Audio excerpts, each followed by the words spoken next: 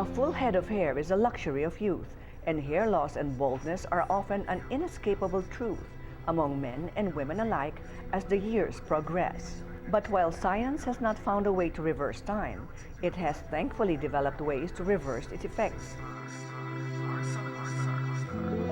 When it comes to permanent baldness, the quickest and most effective course of action would have to be hair transplants.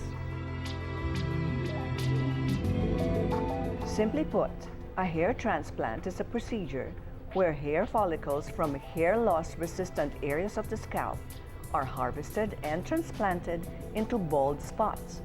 The procedure is relatively painless and requires very little downtime.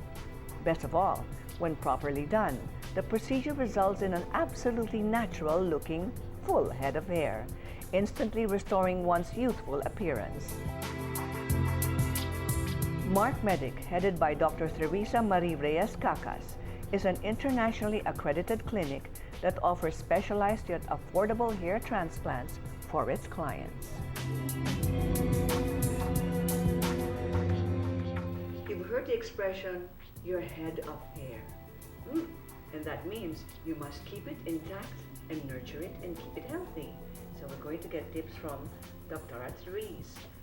Therese, I know that you have a specialty, and that is the hair transplant. Yes, ma'am. How difficult or challenging is that?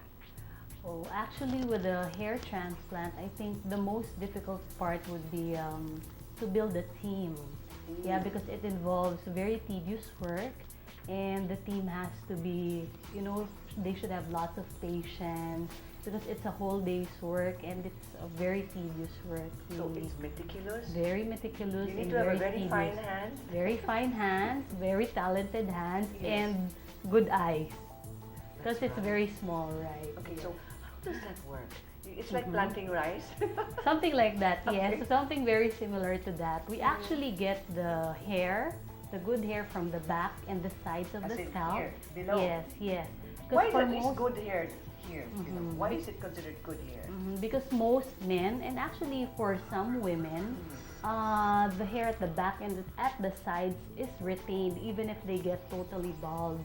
This is because the hair at the back and the sides is quite resistant to the hormone which influences hair loss. And the hormone would be?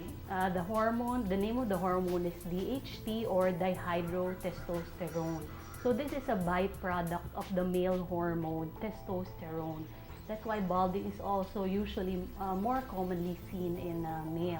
Okay, so As you're compared to saying that, but female. we need men and women need testosterone. Yes, Correct. both would have, yes. So what causes the hair loss?